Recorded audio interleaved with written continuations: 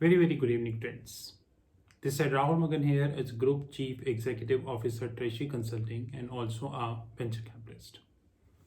Before I speak, if you need any information about our research desk, about our groups, about our trainings, video trainings, audio trainings, about our audiobooks, about our free research reports, about our fixed income platform, about our upcoming initiative Treasury Consulting TV, about our commodities exchange, or anything, you're welcome to WhatsApp at our back office number 9818485155.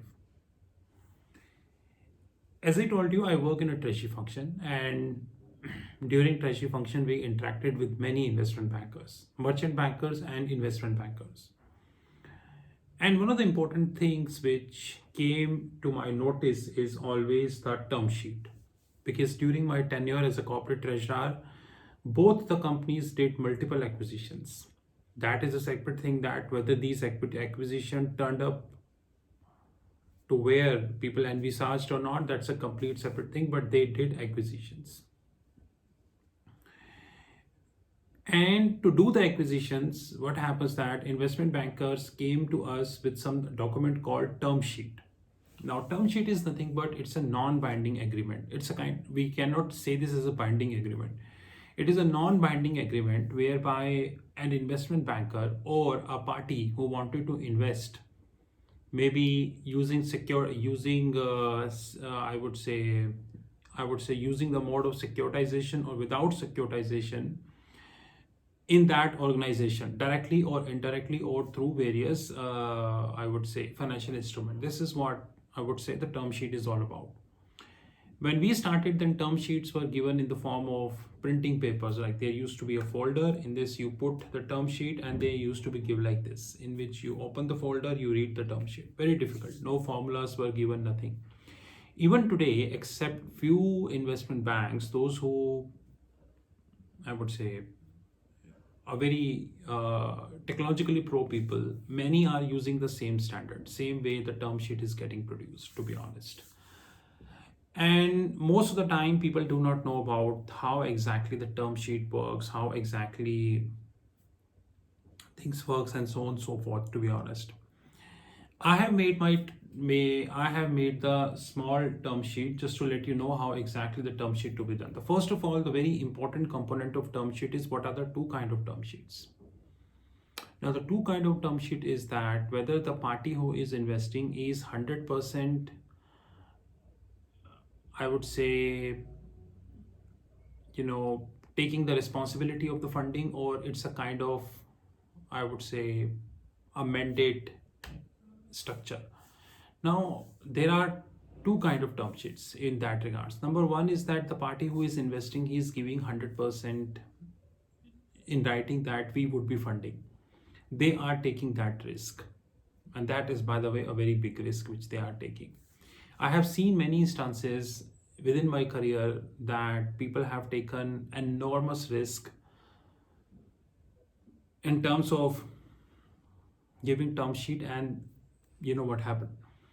So whenever you receive that kind of term sheet as a corporate treasurer or as a company secretary of that organization, it is your utmost duty to look each and everything holistically, and you should understand how to look at these things holistically. Second kind of term sheet is when it is a kind of syndicated document, a kind of mandate agreement, whereby you will show that, hey, you want 5 billion, I'm not investing 5 billion from my pocket, I'm investing only 1 billion, rest 4 billion I am basically taking from somebody. And that somebody may be a bank or a financial institution or a hedge fund or a NBFC, or maybe could be private equity, or could be the sovereign wealth fund.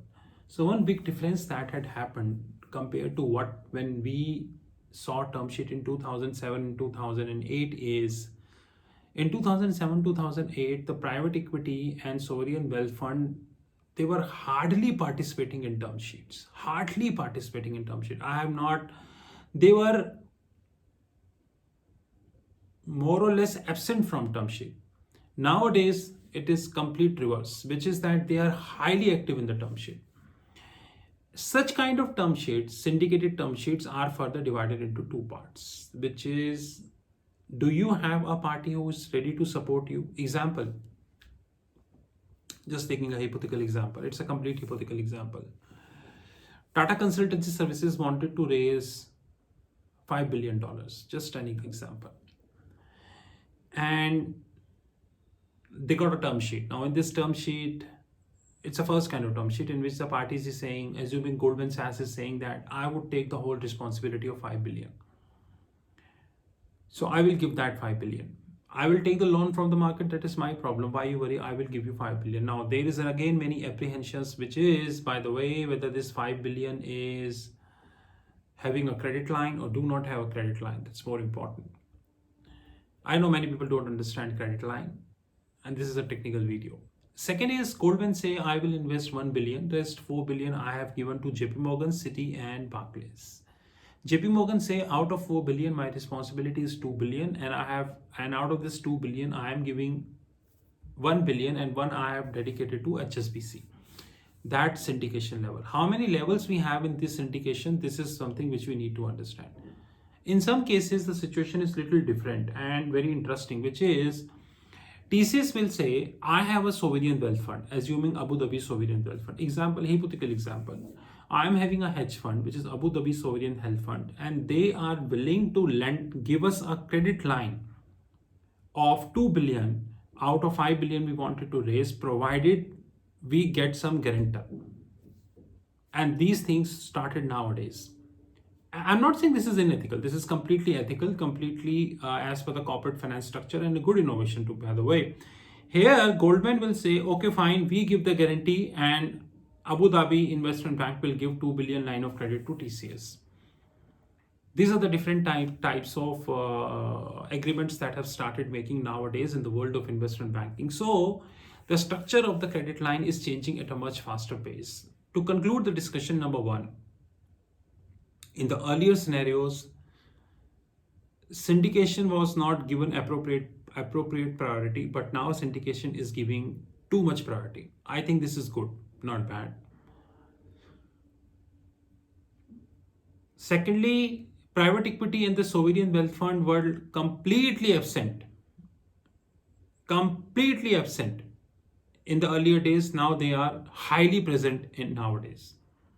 Number three, line of credit or credit line. I already have a video on YouTube. You can check the difference between line of credit and credit line. Line of credit and credit line is like Austria and Australia. Austria is a separate country in Europe and Australia is an Asian Pacific country.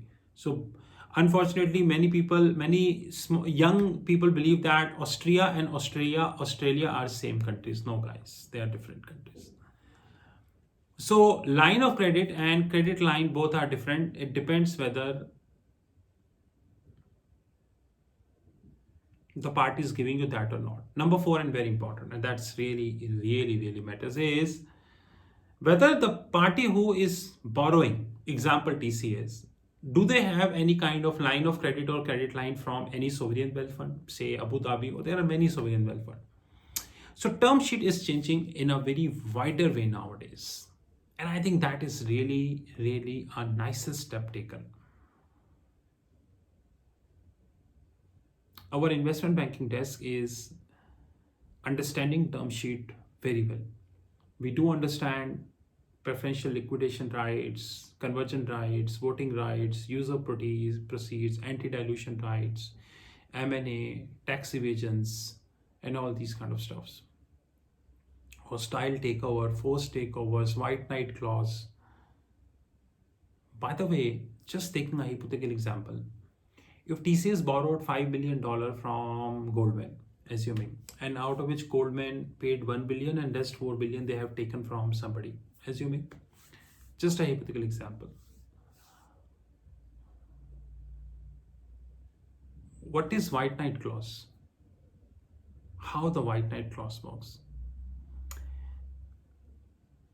In one of the meetings that we did with ISDA, International Swaps and Derivative Association in Singapore, I have raised a very serious concern about white knight clause.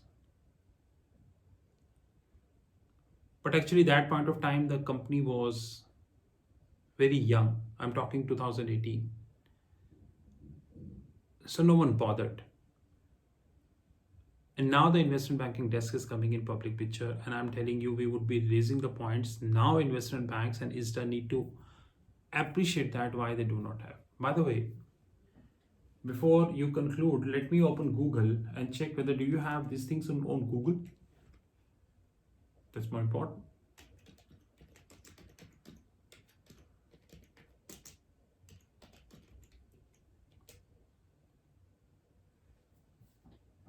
Oops. We do not have a white knight clause even on Google. But I'm thinking, if TCS take 5 billion from Goldman and Goldman contribute 1 billion, rest 4 billion Goldman take from 3 banks, and they have their different syndication.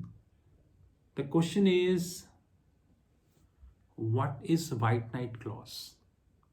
And more importantly, out of this white knight clause, how, example, just all hypothetical example, how JP Morgan saves his back from Goldman Sachs, and how Goldman saves his back from TCS. Just think over it. Our investment banking desk in our upcoming courses, as we committed, would be launching so many things in the public domain, of course, as a form of trainings.